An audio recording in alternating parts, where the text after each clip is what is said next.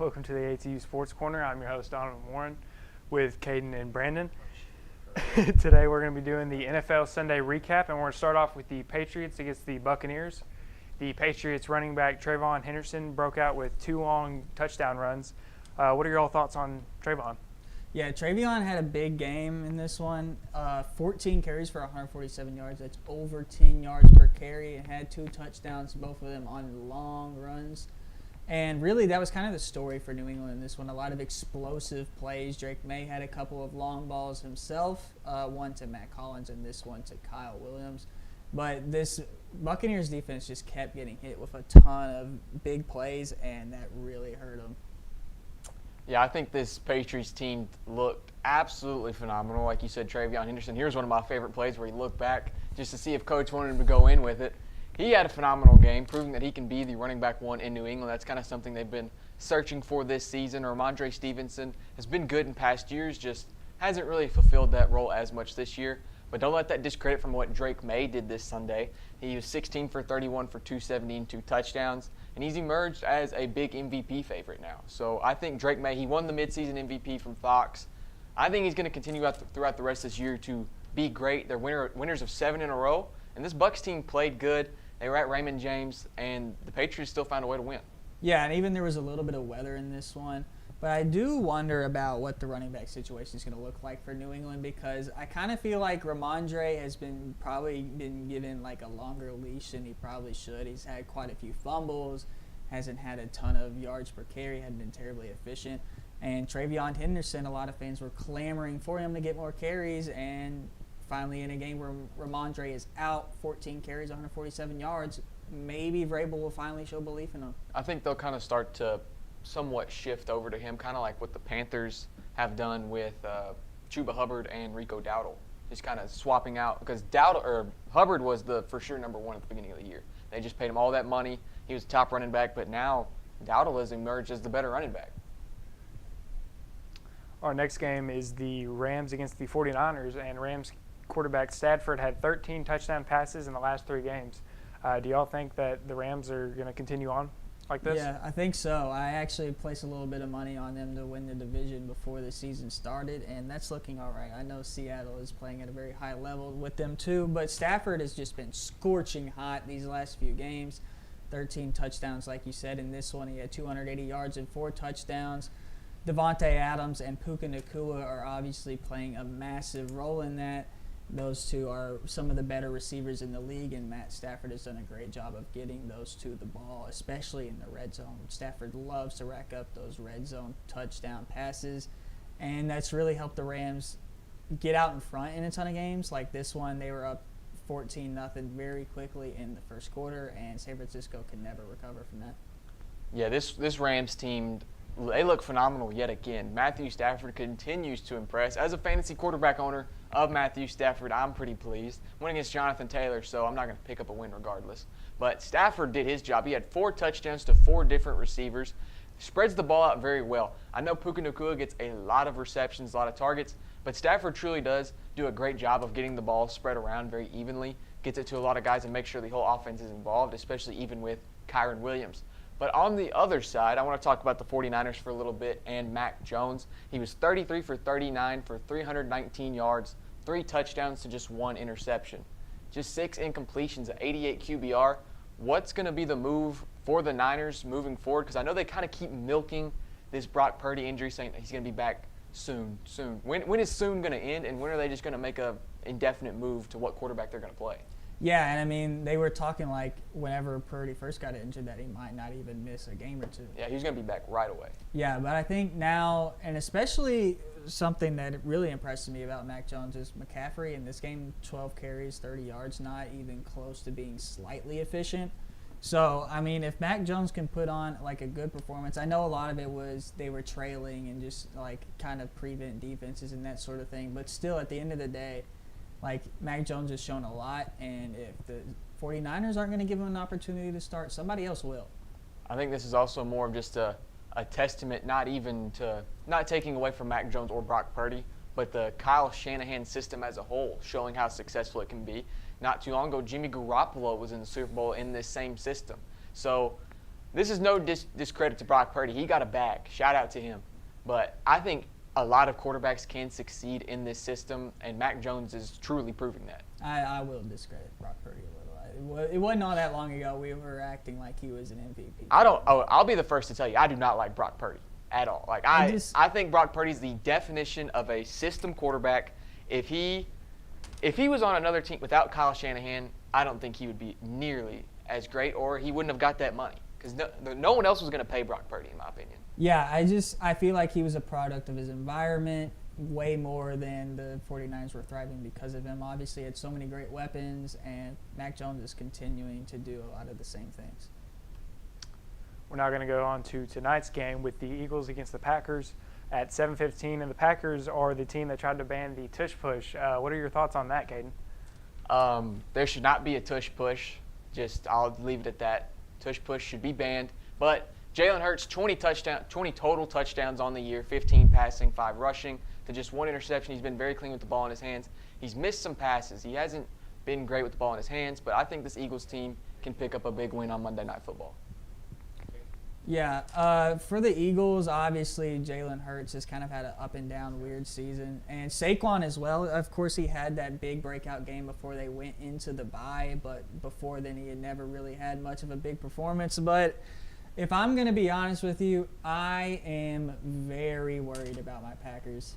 The receiver situation is not good. Obviously, Jaden Reed's going to miss this one. Tucker Kraft is likely out for the year. Matthew Golden alongside Savion Williams and Dontavian Wicks are all 3 questionable in this one, so it might just be Dobbs and Watson carrying the receiver room.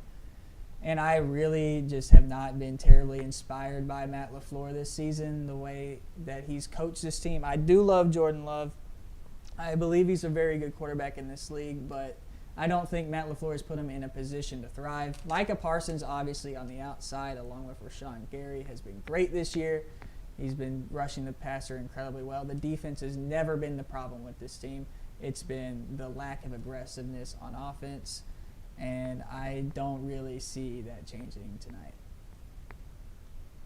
We're now going to go to break, and then we're going to come back with taking a look around the NBA.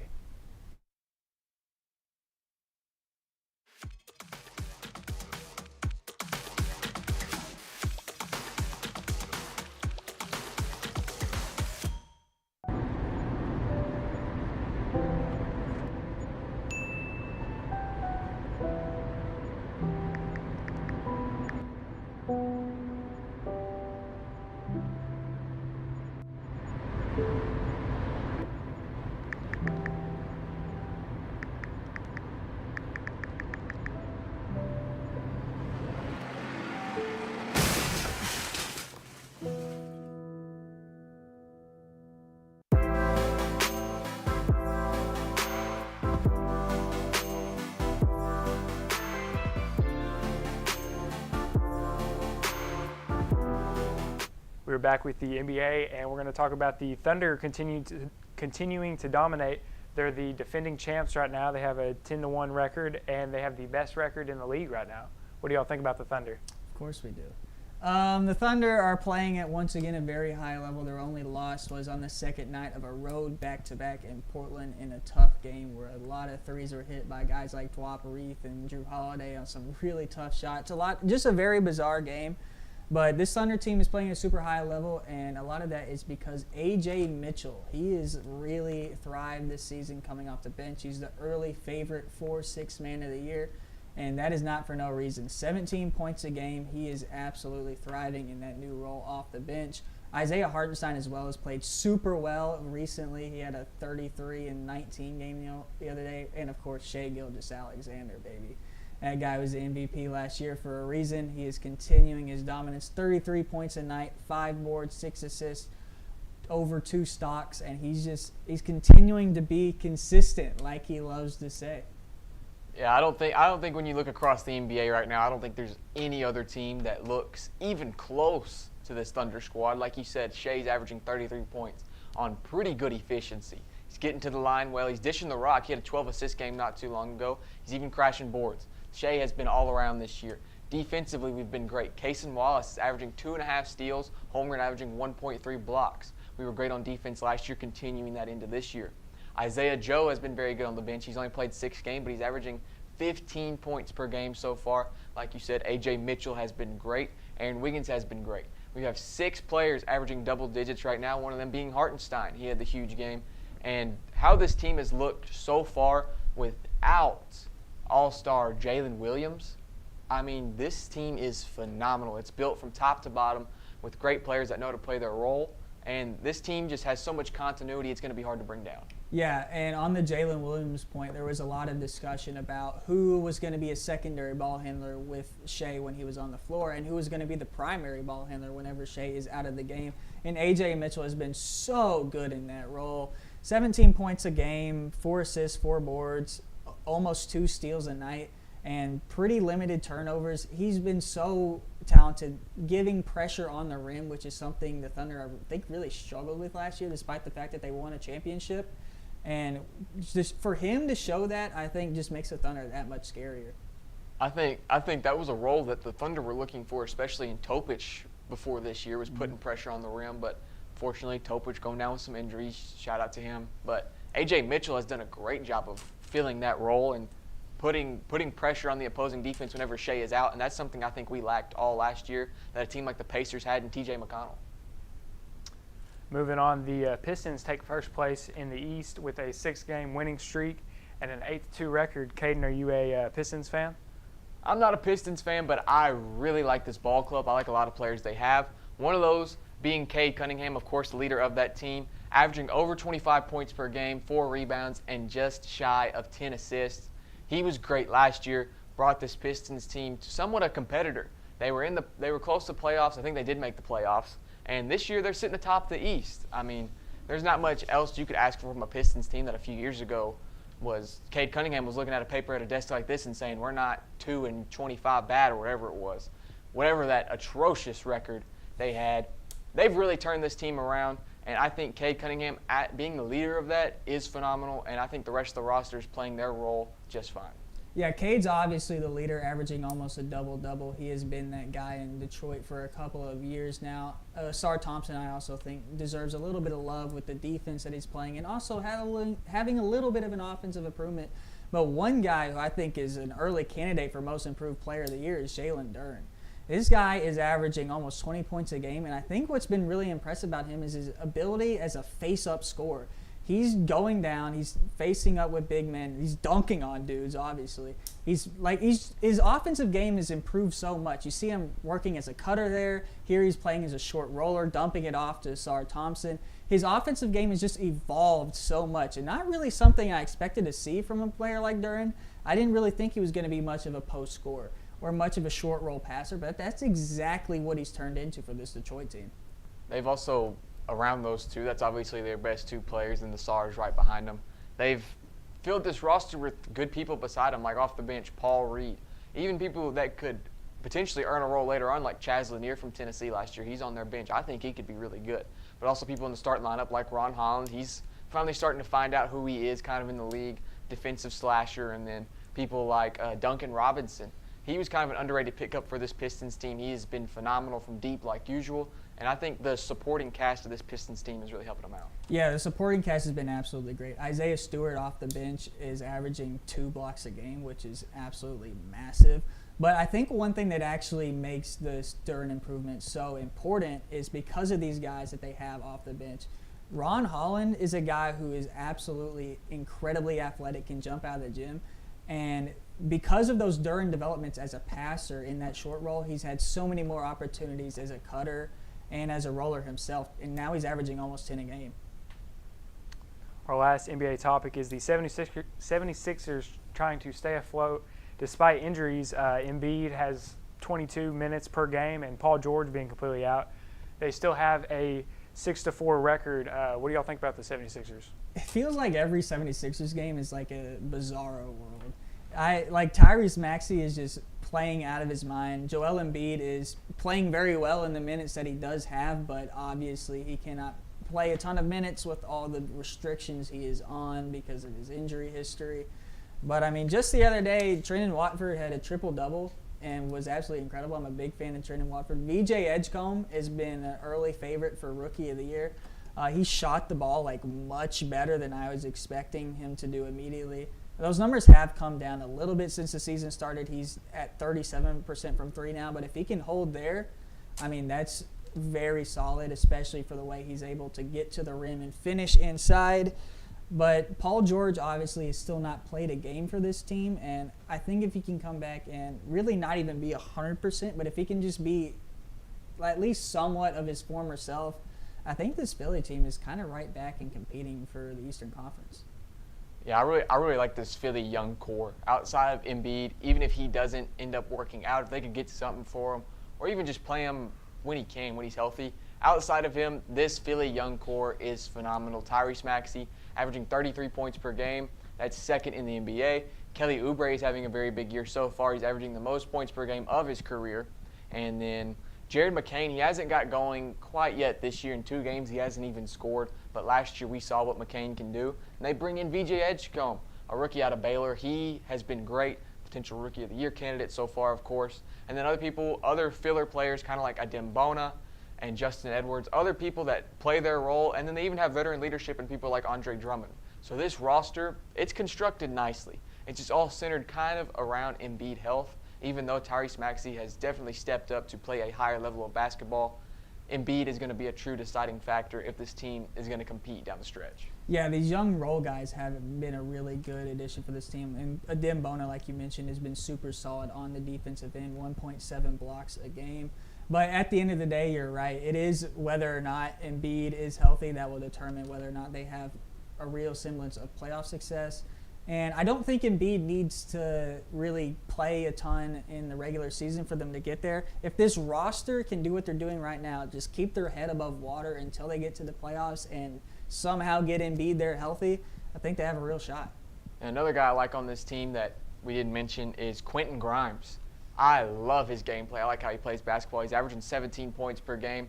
He's very impactful, and he kind of ties into this roster. Just the young Philly movement, they've moved away from what they used to be. It's kind of a Philly team that everyone kind of knew they weren't really – they were contending but weren't really too worried about him just because of Embiid health. But even with Embiid out, people are still worried about this Sixers team. Yeah, it's also been a big stylistic change. You know, whenever Ben Simmons was there with Embiid and Tobias Harris and Jimmy Butler, it was a lot of trying to get inside mid-range jumpers and that sort of thing.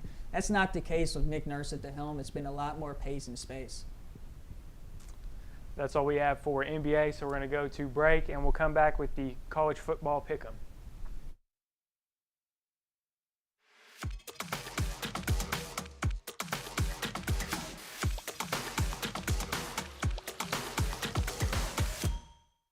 For a more loving home and classroom, praise kids at least 4 times for every time you correct them. 4-to-1 praise is just one of many strategies parents and teachers can find at parenting.org from Boys Town. Every year, 4.5 million young adults between the ages of 18 and 24 visit the ER. It's every parent's nightmare. Umergency gives you all the tools you need to quickly and effectively manage your family's emergency. Umergency provides instant access to vital resources, customized to your student's campus and local community, digital consent form, and built-in urgent alert button. Umergency gives you peace of mind when you need it most. Download your Umergency app now.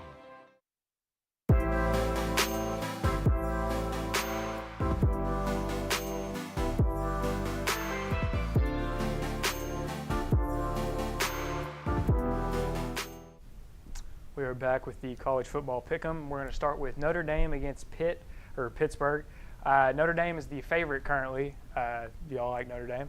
I do. I think Notre Dame has shown a lot of promise since they dropped those first 2 games of the season. They've been really good on the ground and dominating teams up front. Jeremiah Love and Price have been absolutely incredible running the ball for them, and they might honestly have the best rushing attack in the country with those 2 at the helm. Obviously, Carr and Faison have given them just a good enough offensive attack as well, or enough passing attack on offense, I should say, to keep them above water since then. But I just think that this Notre Dame team is going to be too big, too strong, too physical up front. I watched them play Arkansas in person, and that was definitely the case in that game. That one got ugly quick. And I don't think this one will quite get as ugly as that one, but I do think that Notre Dame is too much for the Panthers.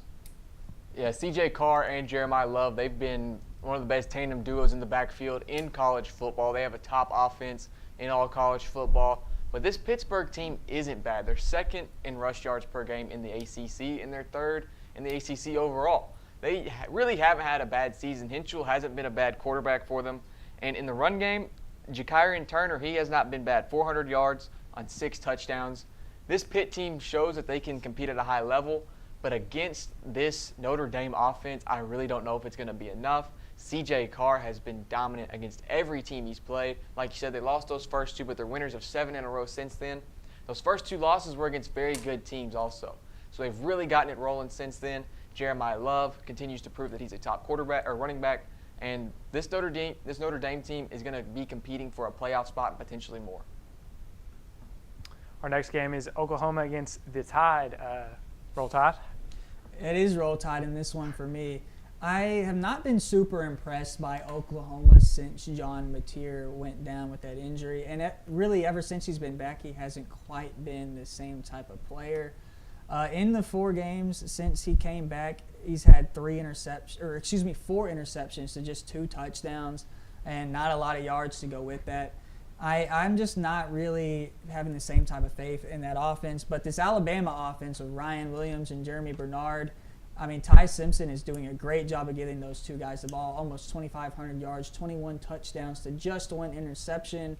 And the run game is solid for them. Nothing really to write home about, but this Alabama defense has been very good all year. And I think with that pass attack, I don't think the Sooners can keep up. Yeah, I completely agree. I think this Alabama team has proven, after falling to Florida State earlier in the year, bounced back to show that they're a top team in the SEC and in the nation. Ty Simpson is probably my favorite quarterback in all college football, 2,400 yards, and he has 21 touchdowns to just 1 interception. He has been so smart with the ball in his hands, leading this Alabama team all year. Like you said, they have 2 great receivers in Bernard and Williams. They have playmakers on the outside, and Simpson knows how to work with this type of offense. And Kalen DeBoer has been a good coach for this team. This defense has also been phenomenal. They're top in the SEC. They're only averaging 303 yards per game defensively. That's 3rd in the SEC. Now, this Oklahoma defense is also very good, but I think Ty Simpson is going to elevate above and beyond and prove that this Alabama team is going to compete highly in the playoff. Yeah, and I think one key in this game is the fact that when John Mateer has been at his best this year, it's been whenever he's been able to escape the pocket. And this Alabama defense has great guys coming off the edge in Pierre, Overton, and Jefferson, and I think they'll be able to contain Mateer enough to make him have a hard time back there. Our last college football matchup is Texas against Georgia. Y'all Texas fans? No, but I'm very confused by this matchup, to be honest with you. I don't really know what to feel. Texas has been fairly bipolar.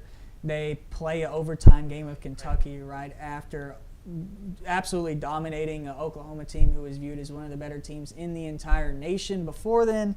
So I don't really know what to do with them. Of course, they had that great performance against Vandy recently. I am going to pick the Longhorns. I don't feel terribly great about it.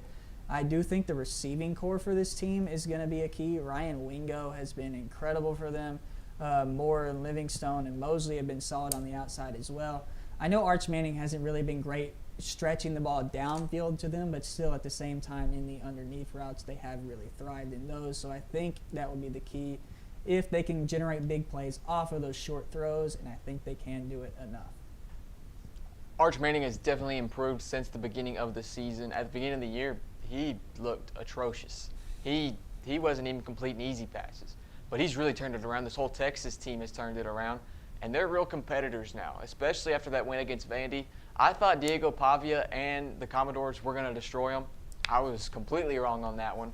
But this Georgia team, I think they're legit. It's time to admit it. I really don't like Gunnar Stockton as a quarterback. I don't think he's super skillful, but he does a great job in this system. He knows how to do his role. 2,000 yards, 15 touchdowns, just 2 interceptions.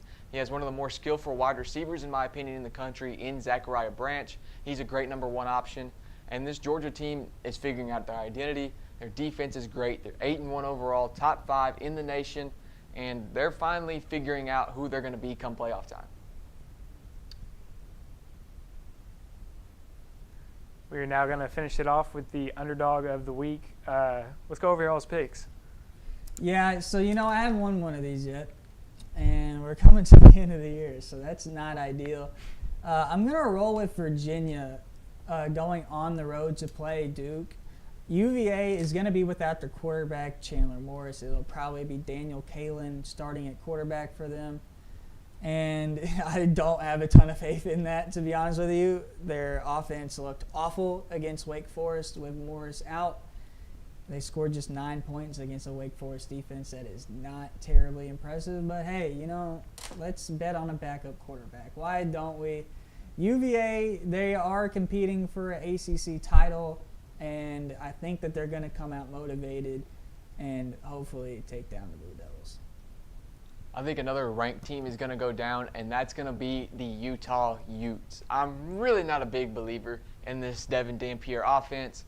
Utah really hasn't impressed me too much. I know they've got some really big wins, but on the other side, they're going against a top 5 passing quarterback in the nation stats-wise, and that's Sawyer Robertson. He has 2,700 yards and 26 touchdowns on the season. He has been great for this Baylor Bears offense. They're definitely an air raid. They love to throw the football, but running the game, they've also been very good. And leading that way is Bryson Washington. He has 624 yards to 6 touchdowns. And this Baylor offense is going to be very effective, especially against a Big 12 team like the Utah Utes. I know they're ranked. They're favored by 6.5, or 10.5, excuse me. But I really like this Baylor Bears team, and I think that passing offense is going to do them a big favor. That is going to be all we have this week on the ATU Sports Corner. I want to thank you for tuning in, and make sure to tune in next Monday.